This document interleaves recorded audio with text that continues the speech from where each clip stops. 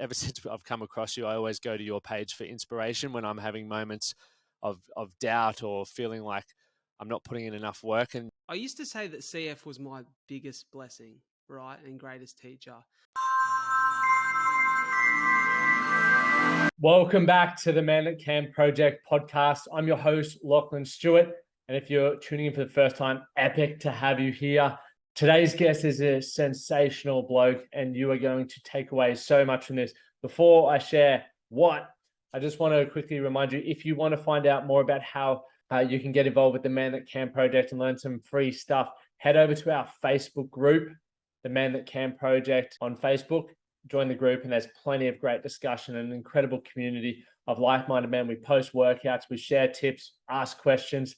So get involved in there on Facebook. So many of you may not know, cystic fibrosis primarily affects the lungs and the digestive system because of a malfunction in the endocrine system, which is responsible for producing saliva, sweat, tears, and mucus. So there is currently no cure for that. And Bradley Dryburgh is someone who has lived with cystic fibrosis his whole life, and he was given a diagnosis from an early age, and his parents were told that he would never live a normal life. Now, Brad is an incredibly inspiring dude. He was born with cystic fibrosis, and his mission is to show every kid, every adult, and every patient with cystic fibrosis that no matter how scary the illness is, or can be at times, you can live a long and incredible life with CF, as he plans to do. He's run marathons, he's run ultra marathons, and he's only just getting started. Let's get into today's episode. Bradley, so stoked to make this happen, mate. Thank you for making the time. Mate, such a pleasure. Honestly, I'm loving the stuff that you're doing. So it's a real honor to be on the show, and can't wait for a yarn. Mate, likewise. I've been following you for a while, and then I reached out to you, and unfortunately we've had to go back and forth to make it happen, but good things come to those who wait, and I'm glad we've been patient with each other and can make this happen. Your story and what you're doing now is extremely inspiring, and ever since I've come across you, I always go to your page for inspiration when I'm having moments of doubt or feeling like I'm not putting in enough work, and you tend to put a post up that gives me the kick up the arse that I need and really puts life into perspective for me. So I'm really excited to have you here to share that with a lot of our listeners today. I guess I wanted to start with Instagram post that you put up recently. I think it was 3 days ago or so, and you posted an article that was in the Lake Times in, what was the date? Wednesday, July 15. Is that 1990? Yeah, 1998, when we actually used to read newspapers. And your caption with this was really moving and really gave a bit of an insight about what we're going to talk about here today. And I'll just quickly read the caption. 22 years before I created the 42 for CF, which is cystic fibrosis, Dad ran 212 kilometers in 3 days. And alongside my mum, they raised huge funds and awareness for the fight against cystic fibrosis. So shows you got awesome support in your life.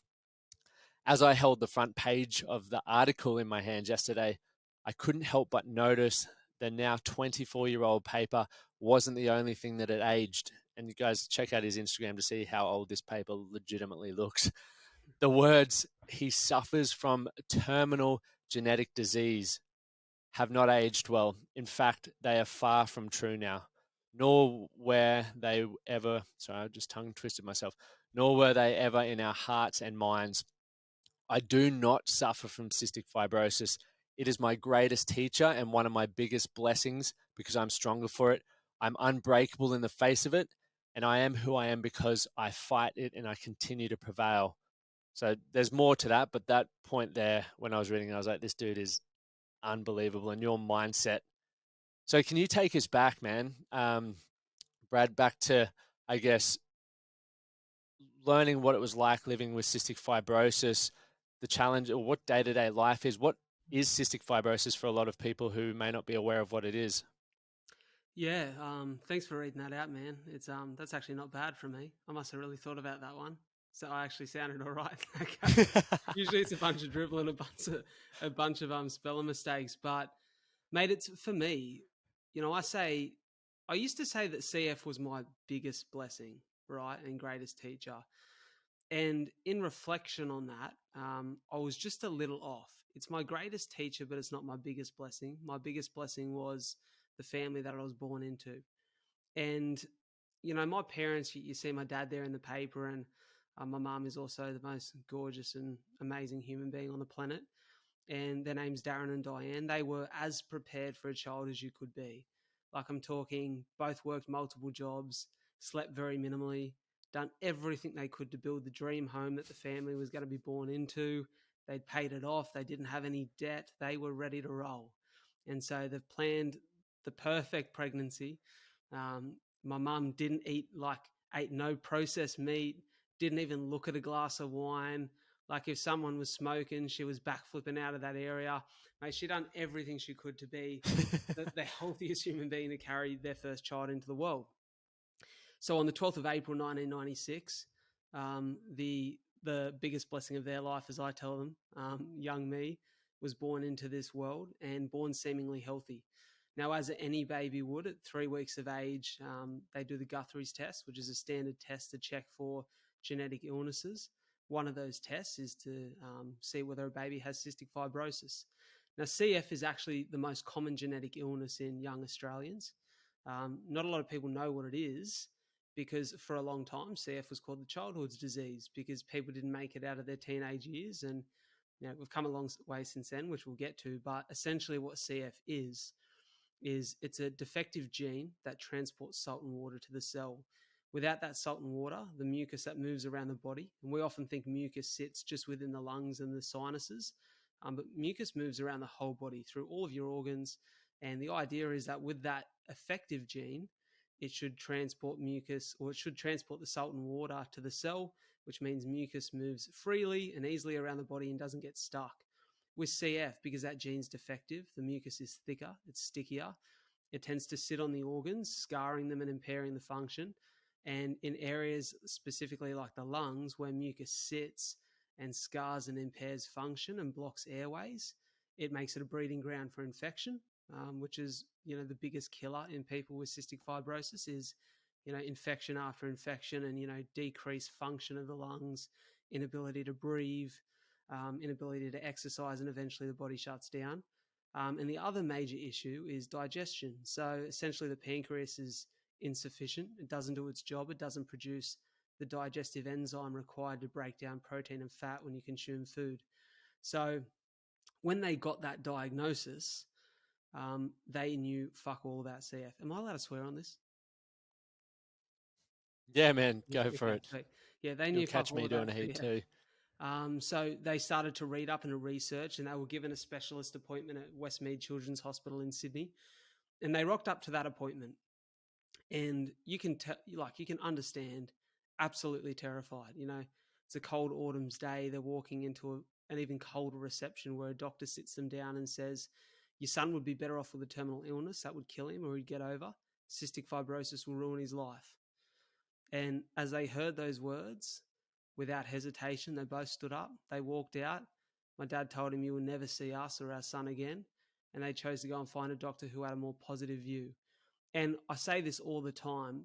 The greatest lesson I could have ever learnt in life was that lesson right there. And I didn't know it at the time. You know, I was a baby.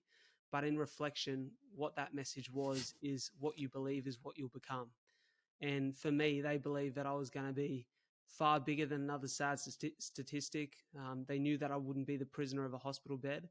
They knew that my life would be something more exceptional. You know, my life would be healthy. My life would be without limits. And they found a doctor who shared that vision, a doctor by the name of Dr. John Morton. And Dr. John Morton was a leading pediatric specialist in cystic fibrosis, one of the most renowned around the world. And, you know, I talk about the early years of my CF, and I was a bill of health. Like, for everything that was going on, I was diagnosed with liver disease at the age of 9. Didn't bother me. I was diagnosed with diabetes at 13. Didn't give me a fucking shred of doubt that anything would be different. And for the 30 to 50 tablets I took a day, for all the extra measures, for the things that I had to be careful of and the things I had to work on, my mindset was always incredibly positive. And it was because of my parents. They allowed me to believe. They gave me hope, which is the best medicine, right? They gave me all the self-belief and built my self-esteem. And every time I walked into Dr. Morton's office until I was 17 years of age when I went to the adult clinic, the first thing he asked me every single time, without doubt, was not how are you feeling? It was how many medals have you won this month, my boy? And that mindset that is yes. born and bred off the back of that positivity, that hope, is literally what has shaped my mindset now in life. Even little things like the other day, I'm writing a book at the moment, right? And I'm writing Epic. about, particularly going back and writing about the early stages of my life, this period, and talk about my younger sister. There's only the two of us, and she's 2.5 years my younger, and she's like my best friend. Her name's Shania. We call her Sissy. And Sissy was so, I guess she had such admiration for her older brother, for me, that she would see me sit there taking tablets as a child and hated the fact that she couldn't take them too. So mum and dad used to buy her strawberry and orange Really? flavored vitamins so she could take tablets with me every meal. And it's funny because That's I epic. say to her now, what she doesn't believe and what she may never fully recognize is what that done for my self-esteem. And it was the fact that my sister aspired to be like her older brother, for all of the challenges I had, for how different I was to most kids my age, made me feel as though there wasn't anything to be ashamed of. So when I went to school, I didn't care that I took 30 tablets a day. It's just, I'm being me, and it's a badge of honor, because guess what? I've got all this that's challenging me. I'm still quicker than you all. I'm still stronger than you all. I'm still better than you all on the football field. And some of my mates will hate to hear that, but they know it's fucking true. And it's that self-esteem and Yes. belief that was built in my childhood that made me feel as though I was unbreakable. That really highlights some key points that you've spoken about just over the last couple of minutes there around having positive role models and people who champion you. And I think that's applicable to everyone listening to this. If you don't have people who are supporting you or are championing you to be your best self, your parents did it best. They just got up, walked out and said, you'll never be seeing us or our boy again. Many people should be doing that in their own lives with people that maybe they're spending time around. For sure. And then also you're getting your sister, your sissy in the mix there, who's looking up to you and proud to walk side by side and do exactly as you do, regardless of what people may say or what people may think. And that's, to me, that's what relationships should be like. It's like you should be proud of the people. We should all be proud of the people we get to, spend time with. Mate, I couldn't agree more. And I say to people all the time, one of the things I'm most grateful for in my life is my people, right? And my people form one of the 4 pillars of what an ideal life looks like to me. And I've really intentionally and thoughtfully crafted a group of mates, stayed connected and really tied with my family. Even now, my partner, like, it's all people who I have so intentionally, crafted and built a life and a relationship with, because they're people who lift me up. They're people who at my worst would be there. And I know that when they're at their worst, I want to be there too. And, I think we tend to fall victim to in life this idea that, especially because of social media, everyone wants to be around the people who are celebrities or influencers or this or that. I couldn't give a fuck about any of that, to be honest. Yeah. Like, for me, I'm like, I was just in LA recently and in New York, and you see the buzz around some people who are there floating about, who look important. And I remember just thinking, fuck, I just wish my best mates were here, wish my family was here. Like, I wish the people who, like, I can belly laugh with over the silliest shit, who, when I need to pick me up, they're there for me, and vice versa. That's what life's about, man. The people you spend your life with, the people you create memories with, the people that you get to go and laugh about those memories with after, that's what makes life rich. So, mate, I couldn't agree with you more. Like, your people are everything. I am definitely on the same level there with you around celebrities and idolizing people. I look to people for inspiration, and I get yourself included. There's many people out there who inspire me, but there's never moments where I'm like, I just want to be like, I want them to be my friend, or I want them to know who I am. For me, I ask myself the question, what specifically is it that inspires me about that person? It could be that they're succeeding in their chosen field, the way they treat their friends and family, or how they portray their life on social media may inspire me. And I go, okay, I don't need them for that. I need to just actually start actioning and implementing that in my own life. Yeah. And quite, I've been fortunate to hang around a lot of celebrities and all of that sort of stuff with my wife's profile, and you learn pretty quickly that they're no different to anyone else. They're just generally people who have, I guess, focused on what's really important to them, and put their blinders on and done everything they possibly can to succeed. And once again, the message or learning in that for me is, I get inspired to talk to you, many other people in my life, but the goal is, okay, how can I add value to Bradley right now? And, there's so much that you're going to teach me and the people who are listening to this, that when I get off this call with you or this podcast with you, what's one thing that I can implement to make my life better? For sure. And that's how vice versa, man. I tend to see it. Whereas I do see a lot of people who aren't where they want to be in their life, and they're just so obsessed almost with celebrities and public figures. And it's like, dude, your whole life is passing you by while you're obsessing over this person or this public figure. You know what? That's the thing that I love most about podcasts, right? And it's the thing I love most about interviewing people, like you said, who have been successful in their space, is it humanizes them.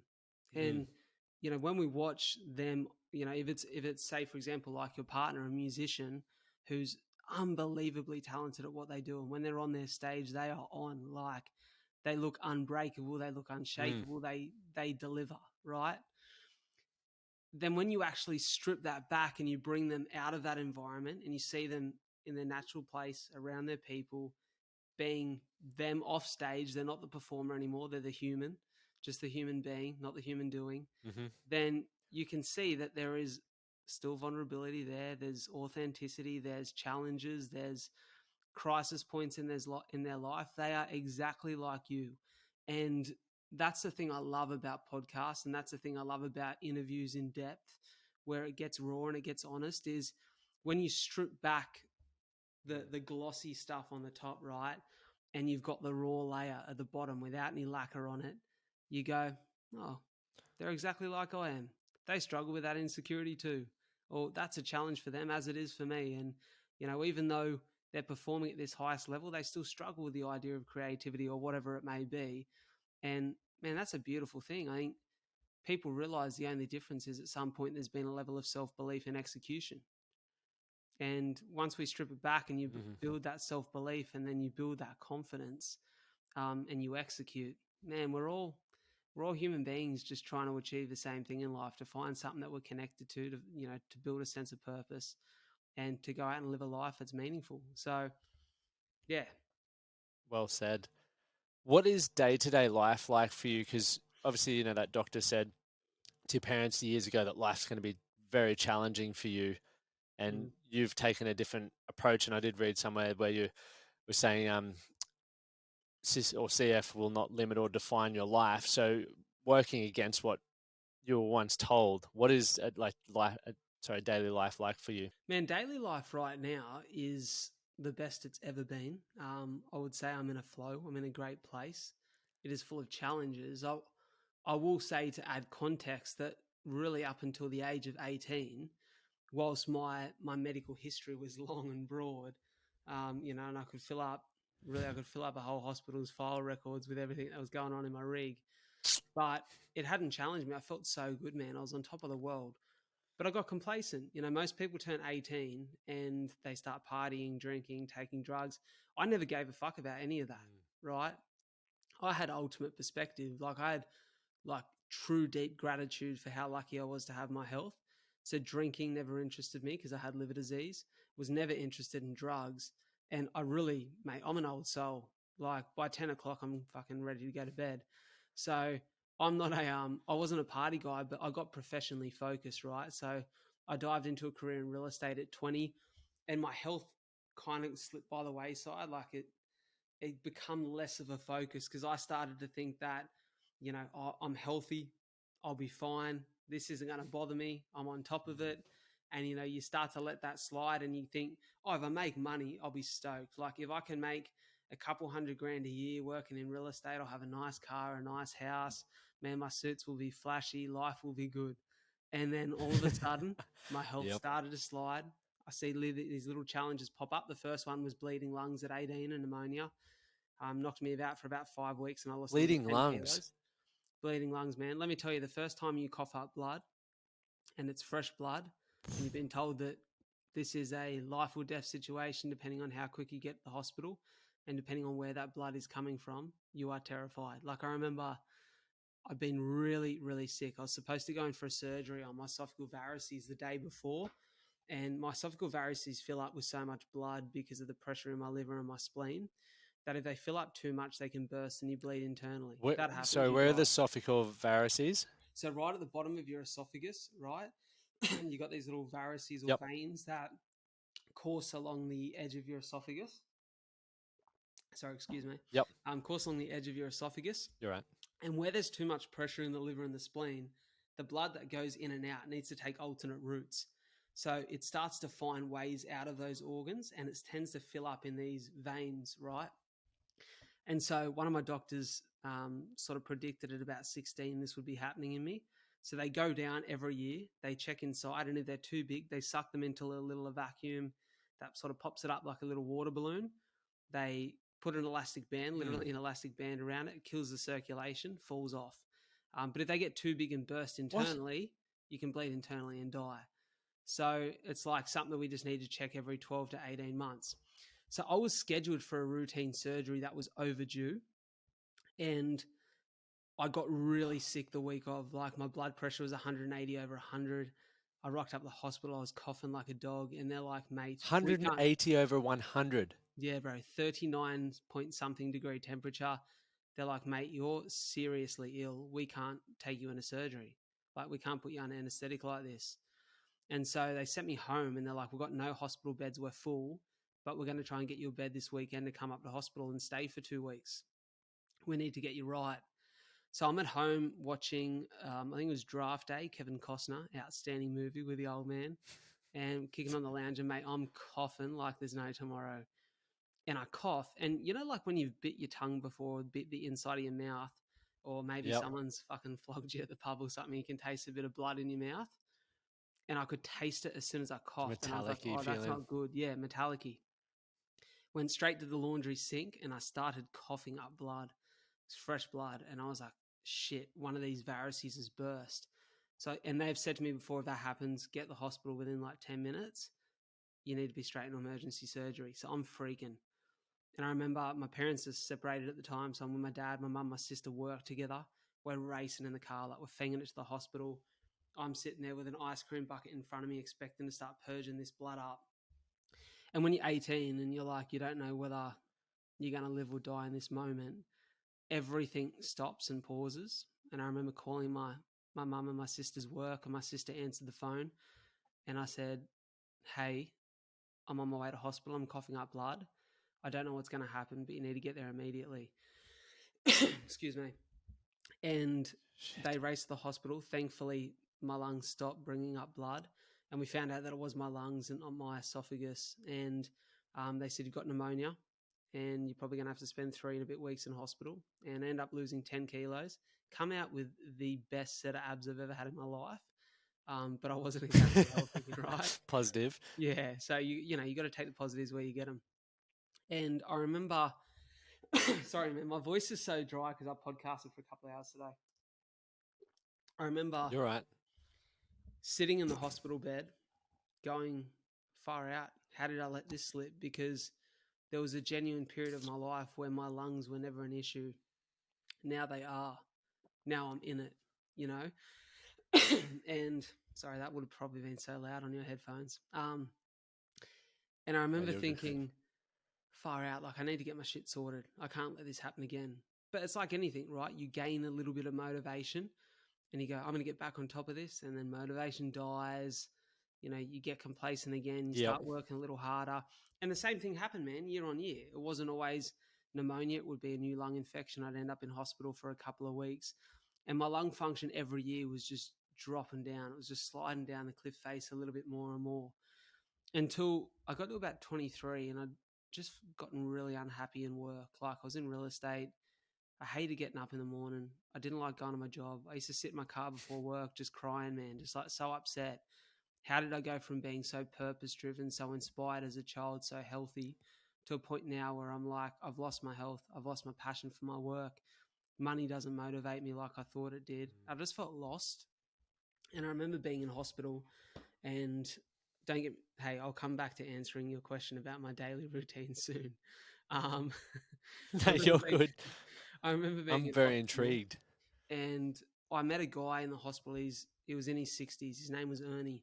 And he was staying a room down from me. There was a room full of old fellas, and he was one of them. And I had my own private room in the public hospital because I needed to look after my CF from other infections. And Ernie was dying of terminal cancer. And we met. My mum actually introduced me to him. She'd sold him a car before. And I said to Ernie, mate, if you ever need to get out of that room and just get a minute to breathe and have a yarn, come around and just have a chat. And I remember every day from that point for the next 2 weeks, the Bicky and tea cart would come around at 2. We'd grab our Bickies and tea, and he'd come in my room, knock on the door. We'd sit and we'd just have a yarn for about an hour. And, mate, he was such an interesting fella. Like, he guarded guys like Ivan Milat in prison. Like, he was a high-profile prison guard. Wow. For most of his career. So the first couple times we talk about some of those stories, but then as our chats got deeper, you started to realize that a guy who knew he was about to pass only really spoke about the things of true importance. So we'd speak about the fact that he'd been married and divorced 3 times, was still great mates with all of his wives. He spoke about his children and his grandchildren and the experiences and the memories he had with them, the trips he'd been on with the people he loved. We never spoke about the size of his house or the size of his car or how much money was in his bank.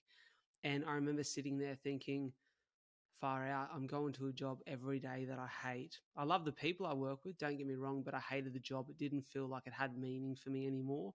And I felt that there was a bigger calling for me in life. And I thought, I need to do something about this because I'm 23 and life has tested me a couple times. I don't know what the future looks like. No one does. But what I do have is the present moment, and I don't want to waste it. So I left that hospital, and a couple months later, I stumbled my way across a book that Mum gave me while I was in there called The Alchemist. I remember reading The Alchemist, my favorite ever book. I've read it like 3-4 times now. And the premise of The Alchemist is a young shepherd boy who feels bound to the life that he chose many years before. And so he does the same thing every year. He travels around Spain with his sheep. He does what a good shepherd would do until he is given a dream to go and chase a great treasure at the pyramids. And so he sells his sheep and he goes on this journey. And ultimately, the journey leads him down all of these adventures and paths. He finds love. He meets the alchemist. He turns lead into gold. And he eventually realizes that his treasure isn't at the pyramids, but under a tree that he used to sleep at near an old church in Spain when he was a shepherd. But for me, the meaning of that book, when I put down the book for the last time and had finished the last page, was the greatest treasures in life are the simple things, but you will not recognize them, find them, or appreciate them until you go on the quest. And I thought, I am not on the quest. I'm in a job every day that I don't like. I do not feel any purpose or meaning, and I'm not happy. And I was like, I need to change something. So I walked into my boss's office that day, 2 weeks after I just bought a house. And I said, mate, I'm putting in my resignation, and I quit. And from there, it was an incredibly scary period because I had a mortgage and no way to pay it. I had been 4 episodes into my podcast journey at this point in time, but I felt something that I hadn't felt in a long time. It was a bit of fire in the belly. And, mate, I started to just grind away. I started to get on top of my health again. I started to share stories every day, which was my first true passion. Storytelling is the thing that I always loved. Like my parents said, my first word wasn't a word, it was a sentence. And like I was always passionate about telling stories and chatting to people.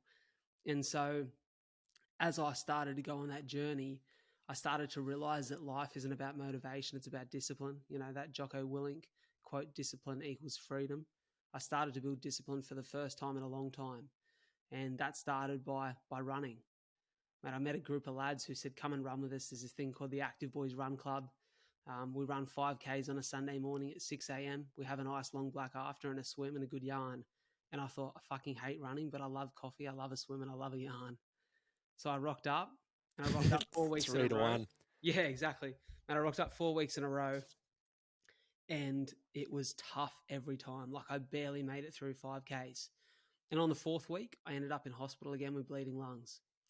And I remember sitting in a hospital bed, and for the first time in a long time, what felt like a huge crisis point, a huge challenge, what felt like and was recognized as adversity was it was received differently, because I had that taste of hope again. I had that self-belief. I thought, I'm starting to create a path and pave the path that is for me now, that is going to get me out of this space and into a new place. That's going to, I guess it's going to reinstate the purpose that I'd lost. And I remember coughing up blood 3 days in a row. On the third night, I was sitting in emergency with my old man, and we we're just sitting there, and that photo that you talked about in that article popped up, and another one of him crossing the finish line with a can of Tuies. And I said to Dad, how good. I said, mate, you know what? I'm starting to enjoy this running thing. And for the first time in my life, I feel compelled not just to recover and be healthy for me, but I want to do something to uplift and inspire hope in others. So I said, in 4.5 months' time, I'm going to run a marathon by the end of the year on December 12th and prove that you can come back from bleeding lungs in hospital. And I want to do it to raise money, and I want to do it more so to promote that message that nothing is impossible for people with CF. And literally in that moment, mate, the minute I left that hospital, I announced it. CF Australia combined when we made it the first official marathon in Wollongong's history, where I live. And mate, I was on a journey, and within 6 weeks, I went from struggling to run 5Ks to running my first 25K solo. And I remember sitting down at the end of it, a little bit teary, because things had changed so quickly. And don't get me wrong, like the first 4 weeks after every long run, I coughed up blood, and like things were still challenging, but I had that hope. And I remember just recognizing for the first time in my life that purpose fuels progress. And I was like, I'm so deeply connected to this purpose now, this purpose that I recognized as, uplifting and inspiring hope in others through story, whether that be mine or someone else's that I share on the podcast. And this time, sharing that story is through putting one foot in front of the other, with a pair of fresh sneakers on and a pair of, some sort of sick running kit. And in the process, there is a selfishness to it too, because I get to get healthy. And mate, it's changed my life. 2.5 years later, to answer your question now, my life is very consistent. It's up at 4:45 in the morning. It's either a trot or a walk. It's always followed by a swim in the ocean, a couple of coffees with mates, a great yarn, just uplifting chat to start the day, chat of depth. It is, like being in the studio, podcasting, it's writing, it's, trying to get on stage and share my story as a keynote speaker. It's doing everything I can to move the needle in the right direction. And everything has to be connected to that purpose, to uplift and inspire hope in others through story. And mate, I am broke as a joke right now. There is no money coming in, but I'm so inspired. I'm so pumped up. And I'm like, I always find a way to make it work. If it means working jobs to keep things moving, I do it. If it means that I get a little bit of cash off the back of a podcast advertising promotion, or if it means I get a little bit of cash off the back of a keynote speaking gig, I do what I can, but I can't lose that purpose, man. I'm so connected to that now. And it's, it's a healthy lifestyle. It's doing all my nebs. It's 30 to 50 tablets a day, but it's second nature, man. And I love it. Mate, I love that story. I appreciate it. Beautiful how life works when you decide to take control for it. When you have that moment that, because I went through something in 2014 where I was in a position where I didn't like waking up, and a dude gave me a book, and the book, once I read that book, it changed my whole life and it changed my outlook. And I, much like you, I was like, I want to do more. Like, I feel like I'm here for more. And I was so excited by the opportunity of creating, and I was dead broke till like 2017, the end of, there was 3 years where I was scraping on the, bones of my ass, and my wife was supporting me, and so many things were happening and not going my way, but I was just so committed to, from a selfish standpoint, what I do is practice what I preach, which in turn inspires other people to take ownership through their life through physical and mental fitness. And it's like, I do it anyway. So I love the fact that now I've, over a 7-year period, of being able to create a business out of it, a successful podcast, and I still wake up every single day so bloody excited to do it. Yeah. Whereas I feel a lot of people lose motivation and they lose inspiration because they're so focused on money or status and recognition, and it's not really aligned with a true purpose. As you said, you were saying purpose is progress, which I think is beautiful, because when you can get aligned to that, life is phenomenal. And it's not always easy, it's not smooth, but it's sure as shit fun, and you become a better person every day that you wake up to grow through it. And you know what? And you can see that So because, like, when we're talk to us chatting, about you're smiling, man. You know, when we're chatting, you're smiling, I'm smiling. It's because there's that connection of like, this is for the betterment of people. Like, this is good. This feels good. It's aligned with purpose. It's like you can't replace it, man. I'm telling you now. If someone offered me $1 million to go back to real estate tomorrow, and don't get me wrong, if real estate is your thing and you can connect a purpose to it, go for your life. But it just isn't for me. And like, I would sacrifice everything for this. So, man, I fully agree with you.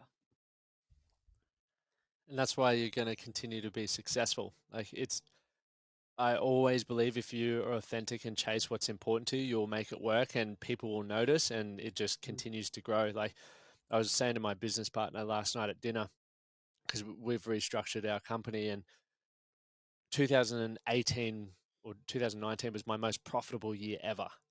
And I changed my business model. And he's like, "What'd you do that for?" I was like, "I thought that's what I wanted, but it wasn't fulfilling my lifestyle. It was at the detriment to my relationships and so many other things. So wasn't going to do it anymore." So I was like, it ticked a few boxes, but there were a few boxes that weren't being, ticked. So I was like, okay, well, how can I keep as much of what's being ticked and try and fill these other boxes? And we've shifted and continued to grow and mold as we've needed to make sure that, at the forefront, I'm still happy, I'm still fulfilled. Because if I'm not happy, if I'm not fulfilled, then I'm not going to inspire anyone. I'm not going to, lead by example. I can't practice what I preach. That's it. Let's talk about the marathon decision. Like, that's huge. Yeah. I still haven't run a marathon. Well, mate, let me tell you, you move a whole lot quicker than I do because I'm following your stuff, and mate, you're a weapon. I have no doubt that if you went and ran a marathon tomorrow, you'd polish one off quicker than I did. But the marathon for me, it was, like I said, it was inspired by my old man. He ran 68 Ks 3 days in a row, and let me tell you, he reminds me about it every day. So one day I'll have to do something a little bit more hectic than that, just for bragging rights around the our home. But a marathon felt significant. I think there's something about a marathon that connects. Firstly, there's something about a physical feat that connects human beings. I think we all can relate to physical pain more so than we can mental pain at stages in our life, because some people haven't faced mental challenges.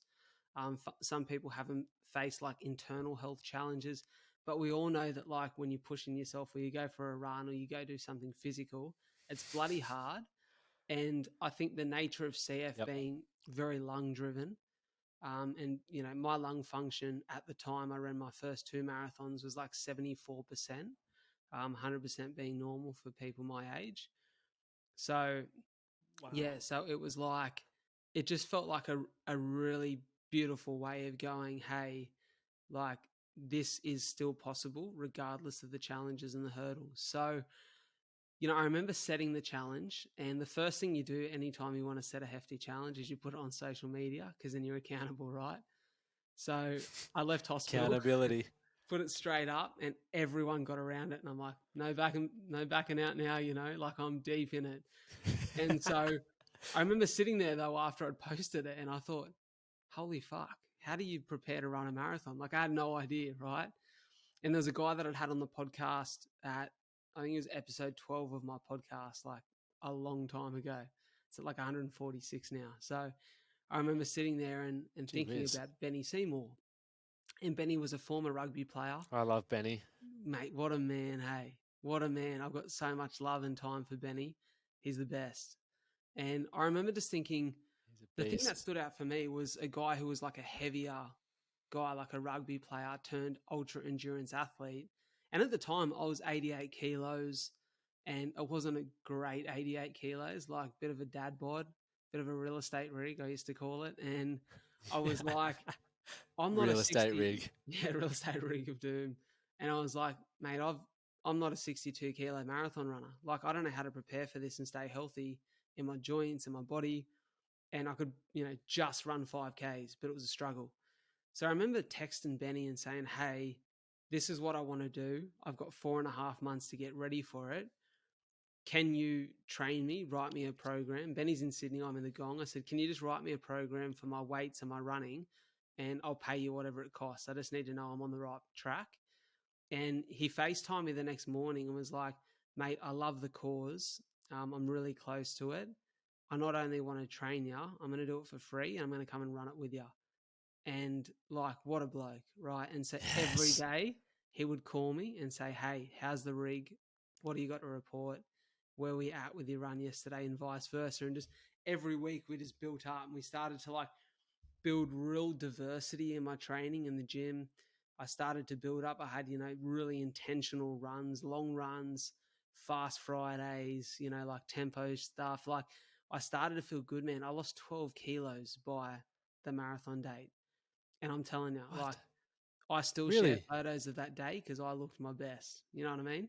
If you see a photo of me on Instagram, not right now with abs, it's from then because I looked good. Like, you're not seeing that now, mate. The rig doesn't look like that now, right? And so, Mate, we've all got that favorite list of oh, photos we repost. bloody oath, mate. And they're all from that day. And so I got there. But the thing was, a month out from the event, I was feeling so sharp. And just as we were like getting ready to peak into like last big long run, get another 30 odd Ks under the legs, I got a massive bleed in my lungs and had to go to hospital in an ambulance. And, at the time my lungs were still full of infection, and there's, still is plenty of scarring in them. And I remember sitting in the hospital bed thinking, that 30K was pretty tough last week. I've just had a major bleed in the lungs. I'm a month out. This would be a good excuse. Like, no one's going to question it. If I say, hey, massive bleed in the lungs, no one's going to go, oh, he's bitched out. They're all going to go, oh, poor bloke. Like, yeah, fair play. You got the 30Ks, you raised some money. Good on you. And I remember sitting there and like thinking about that option. And then the doctor walked in the room and he said to me, mate, what's going on? And the first thing I said without hesitation was, mate, I don't know, but I've got a marathon to run in a month and I will be at the start line no matter what. So what do we have to do to get there? And just that instinct, that discipline kicked in. And for me, that is probably a more proud moment than the moment of crossing the finish line itself, because I think that's when I knew that this had become a lifestyle, that I'd become this kind of man, the man that wasn't going to back out when things got tough, the bloke who had actually built resilience to face my adversity in life. And, it spent 2 weeks trying to get well, and I was only allowed to run 2 weeks before the event, and I didn't get much training in, but I knew when I had my 2 feet on that start line, it was go time and I'd get there no matter what. And it was a tough day, brother. It was a tough day. There are some grim looking shots and videos of me with about 2Ks to go. And mate, I look like I am on my absolute last legs. But I'll tell you now, there was 13 of us that ran it. We'd raised 50 odd thousand by the day's end. And I remember crossing the finish line, man. Well done. And I had, the thing that got me through that day is I'd written on my wrist on a piece of elastoplast, for all you've done today, I'll make you proud. And I had dad, mum and sis on the inside of my wrist. And I actually got it tattooed on my wrist after the event to make sure that it's there forever. And I remember just looking down at that every day and thinking, they sacrificed everything for me to be here today. I was supposed to be another sad statistic. I wasn't supposed to make it out of my teenage years. I was supposed to be bound to a hospital bed, the prisoner of it. And my life was supposed to look very different to how it was now looking. And across the finish line of the 42.2, for me, was an amazing gift to them, a gift to say thank you for everything you've done. And more importantly, go to bed and don't stress about me at night, because regardless of what I face, I'll come through the other side. So, and it was also a great moment, after I finished, as only I would, I had a 6.5 minute victory speech. And I stood up there in front of, 100 odd people who had gathered at the finish line to make this day really special, friends, family, people who just wanted to support from the community. And I remember saying that, 24 years ago at the time, I was 24 years of age, a doctor said that I'd be better off with a terminal illness, that cystic fibrosis would ruin my life. And after 42.2 Ks, I put my hands up and I said, fucking look at me now. And for me, that was a Yes. real moment. You know what I mean? That was a moment for me. That was my gladiator moment. Are you not entertained? You know, that was me standing in the arena, battered and beaten, still fucking alive and kicking and ready to go again. So I think Yeah, ready to go again. that's it, brother. And that is, for me, that is life. Like, and the funny thing is, people would think, oh, like, you've run a marathon, mate, you'll be sweet now. The next one we ran, man, I was so sick. 2 weeks out from the event, I'm on Sunrise, the morning show, and I'm sitting there with a drip attached to my arm. Bro, I got a drip in a bum bag. Why you're on Sunrise? Yeah, because I'm like, man, I'm crook as a dog. I'm coughing up blood again. I'm not supposed to run. I'm like, I'm running anyways. You know, like the doctor said, we don't want you to run, but we know you're going to run because we know you. But I'm like, this is the journey, man. It's the top of one mountain is the bottom of another, and you just have to keep climbing. And the beauty is, the more you keep climbing, no matter how big the mountain is, no matter how many times you were back at the bottom, you build that discipline, you build that. And here's the thing, resilience is an attribute. You can develop it, you can build it. And you just continue to build it to a point where it doesn't matter what's in front of you, you'll keep climbing. And that was the non-negotiable. It doesn't matter what's in front of me, I will keep climbing. It's why when I finished the second, I was like, I need to do a third. It's why after doing my third 8 weeks ago at Melbourne, which is much healthier, I've actually had a new drug in the CF world called Trikafta, which has changed the game. My lung function's up 10%. Haven't had a bleed in the lungs in 6 months. I'm as strong Really? as an ox, brother. I feel great. Yeah, it's wild. And That's like put unbelievable. on 5 kilos of muscle. Like I feel good. And You're a I'm beast. like, bro, I feel so good, right? And I finished that third one and I'm like, that was a piece of piss. I felt good. I never hit a wall. I'm like, what do I do now? It's why I'm running 50 Ks in a week and a half on the 12th of December. Because I'm like, I saw that. I need to push myself. Like I've gotten to a point now, and don't get me wrong, I'm no Goggins. I'm no Ned Brockman. I'm no Will Googe. Like I'm none of these dudes, right? Like that for me is not my goal in life, to be a sick runner, right? But it's like, and I don't know if it's even their goals either, but like, you know, they're there to inspire people and uplift people too. But I don't know that it's ever going to be that extreme for me. Maybe it will one day. I don't know.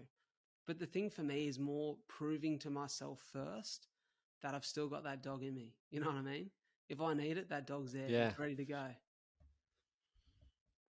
I think you're of a similar mindset to myself, where you mentioned before purpose drives progress. And when you're someone who chases progress, much like myself, it's always going to get bigger, because when you come, as you said, the peak of one is the bottom of another mountain to climb, and it's always going to get bigger, right? Whether that's, you're doing a 50, you'll probably end up doing a 70 or 100 down the track as well, because it's just like, okay, well, I've shown myself it's possible. We're always trying to overcome those limiting beliefs or things, restrictions in our life. And once we do that, it's like, all right, I'm not just going to sit here and look at myself in the mirror and go, God, I'm good. It's like, let's do the next thing. Let's challenge, because through the challenge comes growth. Bloody oath. Bloody oath. And, I said to I myself, want to ask you a question. Sorry, brother. I said to myself after this last Mara, I said, I might take a few weeks just to chill. And then you just start getting comfortable and you're like, I don't want to get comfortable at 5 or 10 Ks again. I want to be comfortable running a half marathon on a Sunday with the boys. Like, I want to be comfortable in those uncomfortable positions, because the minute you let it slide, you're like, you got to rebuild it. So, and that's not to say that you can never take your foot off the pedal, because there's a time and a place for that. But right now, I'm not ready to do that. There's more to achieve. So it's, foot to the floor. Let's have a dig, see what I'm made of. Well, it reflects who you are as a person as well, right? You're not doing it, as you mentioned before, you're not trying to be Ned Brockman, Goggins, and also they're probably not doing it to be the sickest runner, as you said. Yeah. It's like you're doing it because it's that challenge, and you want to continue to prove that to yourself, and it's a part of who you are as an individual. Like the outcome is finishing the marathons, but it's the daily grinds where there's probably days, I'm sure, where you don't want to get up and run, but you do it anyway. Or your body feels sore, or your lungs are playing up, and you just keep going, because that shows the character of who you are as a person, Bradley. For sure. I wanted to ask you a question. around. You mentioned, I can't remember the exact name of what they used to call cystic fibrosis around not living out of your childhood. Yeah. What's the average life expectancy and all of that like? And how, does that ever play on your mind at all? Yeah, so the average life expectancy right now in Australia is 41. I have the most severe Yep. mutation, is what they call it, of CF. So there's a couple of different mutations that differ in severity of the Yep. disease. Um, I think in the next 10 years it will change. I actually think we're a decade or two away from having a cure for this. I believe that with this new drug Trikafta, I think we'll see that life expectancy get towards 50.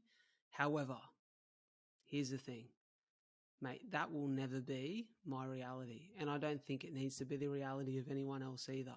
Like I said, hope is the best medicine. There are controllables in the uncontrollable game of cystic fibrosis. Whilst you can't control everything that happens or everything that challenges you, you can control the way that you react to those things. You can control what you get up and do health and fitness wise today, what you eat, the fact that you're consistent with your medication and your practices. You can control a lot of these things. Now, I'm telling you, mate, I will make it to 100. I will be that old fucker whose kids are going, mate, when are you kicking the bucket? We want our inheritance. Like, mate, there's nothing stopping me. Like, it's tried to stop me. It's tried to knock me down. Mate, I'm that resilient. Mate, I'm fighting fit. I honestly think it's all in the mind. And it's the same as everything, man. You know, when someone gets like a terminal diagnosis, if they start beating themselves up in here, in the mind, in between the ears, it is so hard to beat because the body starts shutting down, it starts giving in. And there's something about that mental power, man. And it's, mate, this could sound a little bit spiritual, but there's something about like the way that mind connects with the strength of the inner human, man. And it's like, if you've got that in you, you'll fight anything. You'll hang on when times are tough. You'll get through the other side. And I honestly think it's all about that mind. And I've always believed that 41 or 36 as it was, or teenage, whatever they said, I said that would never be my reality. Like, I would find a way to keep moving forward when times got tough. And I believe it can be the same for so many other people. You know, it was years ago that people thought, you know, cystic fibrosis, as they used to call them, sufferers, and I hate that word, cystic fibrosis patients, would not be able to run marathons. Mate, I'm not even that extraordinary in this community anymore. There's heaps of people doing great stuff. Got guys like Ben Mudge over in the UK, gracing the cover of Men's Fitness. The bloke looks like he eats weights for breakfast, like absolute animal. Yeah. Josh Lewin Jones, the guy throws himself at these ridiculous challenges, bloody crushes them every time, absolute weapons. Sophie Grace Holmes over in the UK as well, in Wales. Soph is an absolute weapon. Like, nothing will stop her. There's guys like Kyle Collis here running ultra marathons, a CF dad. I've got guys like Rory McDonald in Queensland doing Ironmans. Like, mate, I'm not even that extraordinary. I just can't shut up. More people hear about my stuff. That's the difference. So I think, and that's why I promote to these guys and I chat to these guys, and I'm like, I don't want to, like, man, I don't want to live in a world where I'm the extraordinary guy with CF doing stuff. Man, I want everyone with CF to be doing these things, to have no limits. I just want to share them and I want to be vocal about them, because for me, I had the blessing of parents who had hope, parents who had belief. Not everyone would have that blessing, right? And I could not have blamed my parents had they had heard that first diagnosis and those first very harsh words and believed them as a reality, because that was a CF specialist. Mm. But I'm so blessed that they didn't. That's been brilliant to me. That's a part of who I am and the belief and the vision I have for my life now. And my role is for those people who have maybe received it negatively and believed it, to flip that script for them now. So, mate, I think the path looks amazing for people with CF. And what's life expectancy anyways? Because who's to say that tomorrow you don't get hit by a bus? Life expectancy is fake. It's just all Very bullshit. true. It's fugazi, right? Mate, no, nothing's set in stone Gazy here on this fugazi. earth, man. So exactly, it's just, you go out there, you have a dig, you keep healthy, you do everything you can, you control the controllables, and you let life be. Spot on. Thanks for sharing that, man. That was great to get the insight into. Where can people follow along with your journey? Obviously, you're running the marathon in 10 days? Yeah, it's Is it getting the pretty close, 12th? Are you man. running on the 12th?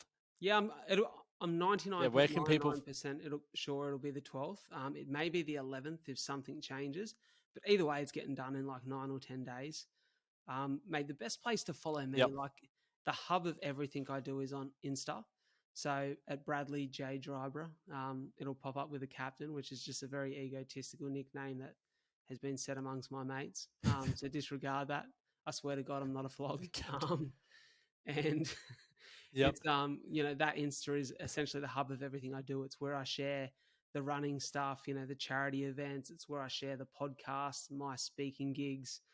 It is essentially the hub of all things related to me, and it's just me living life. I'm pretty active on there, and anyone who hears this and wants to have a chat or wants to share their story, I'd love to hear it. I'm always open to chatting to new people, and it's a blessing anytime someone connects and feels like they've been positively impacted by what I've had to share. Yeah, and you obviously do speaking as well. So if you want to get in touch and book Bradley for a talk, or even I know podcast guests listen to this as well, get Bradley on your podcast as well, because he's got a great story to share. Yeah, and I promise you always get your value for money, because whatever sort of time limit you set for me, I always go over. You better believe it, I always go over. So you're getting your value for money. Just make sure I'm at the end of the night. It's perfect. Yeah. Bradley, thank you so much for coming on, mate. It's been a pleasure. For everyone listening along.